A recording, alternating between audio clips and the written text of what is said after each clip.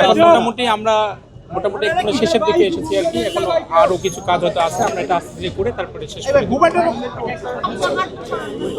ভাই বুম কি অফ নাকি আপনার?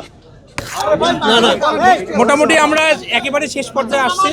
হয়তো আর অল্প কিছুক্ষণ আমাদের কিছু কাজ আছে, সেগুলো করে আমরা উচ্ছেদের স্থায়িত্বকাল কেমন হবে? যেমন উচ্ছেদের পরপর আবার একই জায়গায় বসে এটা আপনারা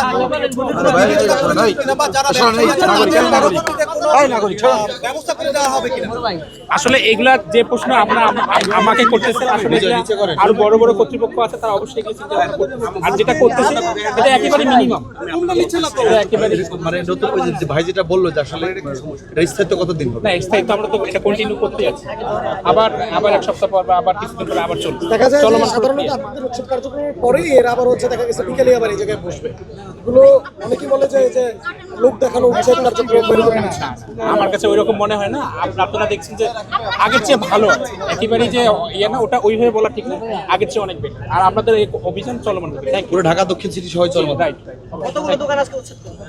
আসলে দোকান তো আমরা ওইরকম পাইনি। আপনারা তো দেখলেন যে এখানে যে আপনার এই চকি যেটাকে বলে আর কি, যেগুলো আমরা পেয়েছি সেগুলো আসলে আমরা একটু জব্দের মতো করে আমরা একটু নিয়ে যাবো আর কি। কোনো জরিমানা বা এরকম কোনো না, কাউকে আমরা ওইরকম কাউকে পাইনি। Thank you.